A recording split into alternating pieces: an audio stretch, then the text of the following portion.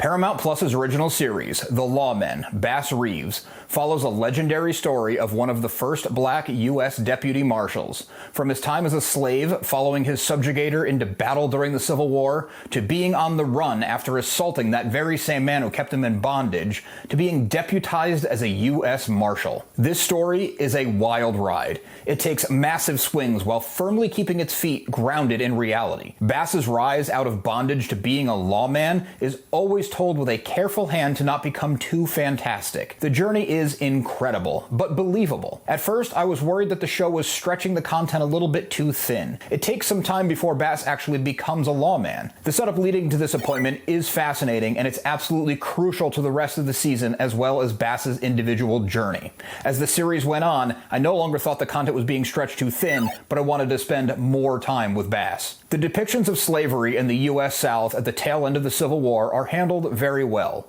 It isn't overly brutal, which would turn off more squeamish viewers, but it also doesn't go too far to round all the hard edges of such a horrific time in our nation's history. It focuses on Bass and his family specifically. The weight of slavery, obligation, duty, family ambition, and trauma all weigh heavily on Bass. He's a stoic man whose hard exterior is burying a lot of emotions he isn't ready to handle head on. The amount of depth in the character was a surprise going into the series. Going by just the advertisements, I thought it was going to be a more typical shoot-'em-up kind of badass western. And there are elements of that. Don't worry, there's some cool gunslinging and awesome action. To get all the layers of Bass Reeves onto the screen requires a great actor. David Oyelowo, who also executive produced the series, is that great actor. Oyelowo is a powerhouse of an actor who always delivers. He's got a ton of credits to his name, but with Selma aside, I don't think we've seen the best he has to offer. The rest of the cast is also strong in their roles.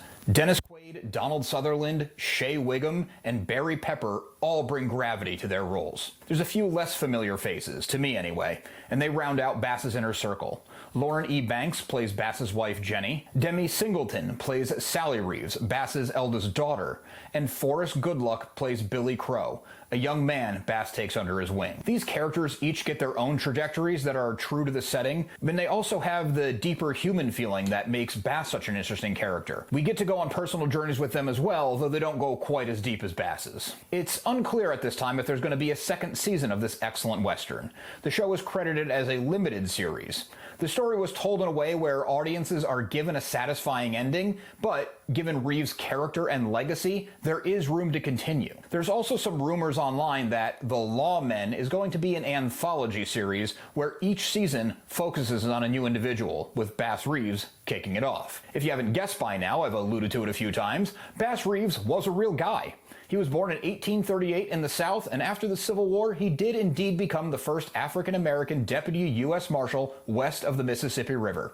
He served in what was then considered Indian Territory, which is in present-day Oklahoma.